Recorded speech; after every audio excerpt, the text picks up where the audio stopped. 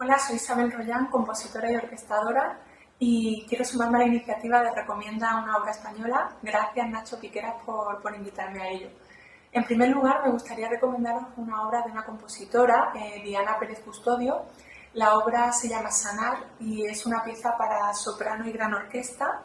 Es una obra que cuando yo la escuché por primera vez me impactó mucho y fue un encargo del Parlamento andaluz para un concierto que se hizo en homenaje a las víctimas del 11M.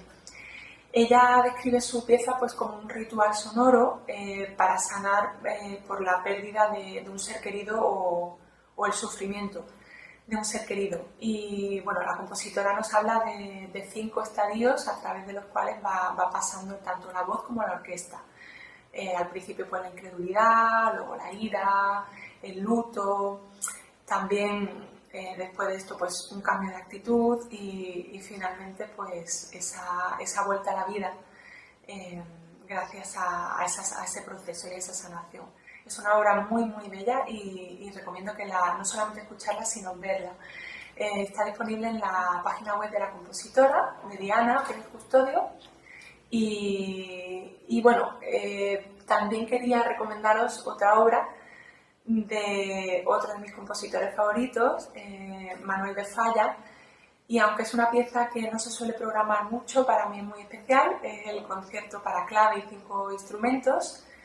Y bueno, simplemente pues decir que es una pieza con un sonido muy peculiar, emplea el clave, que es un instrumento que ya en el siglo XX casi no se componía tanto para él, ¿no?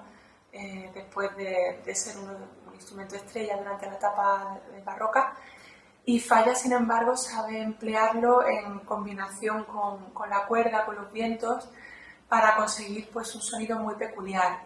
Las cuerdas, por ejemplo, pues, están sin el vibrato ese expresivo al que estamos acostumbrados cuando escuchamos algo para cuerdas. Y los vientos están en unos registros muy peculiares, buscando unos armónicos muy concretos. Y bueno, en definitiva me apasiona la mirada que hace sobre instrumentos tradicionales, pero con un punto de vista nuevo. Os recomiendo también pues que la escuchéis. Para mí es una obra pues muy mágica.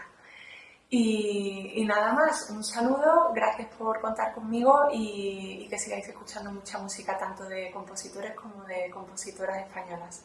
Un abrazo.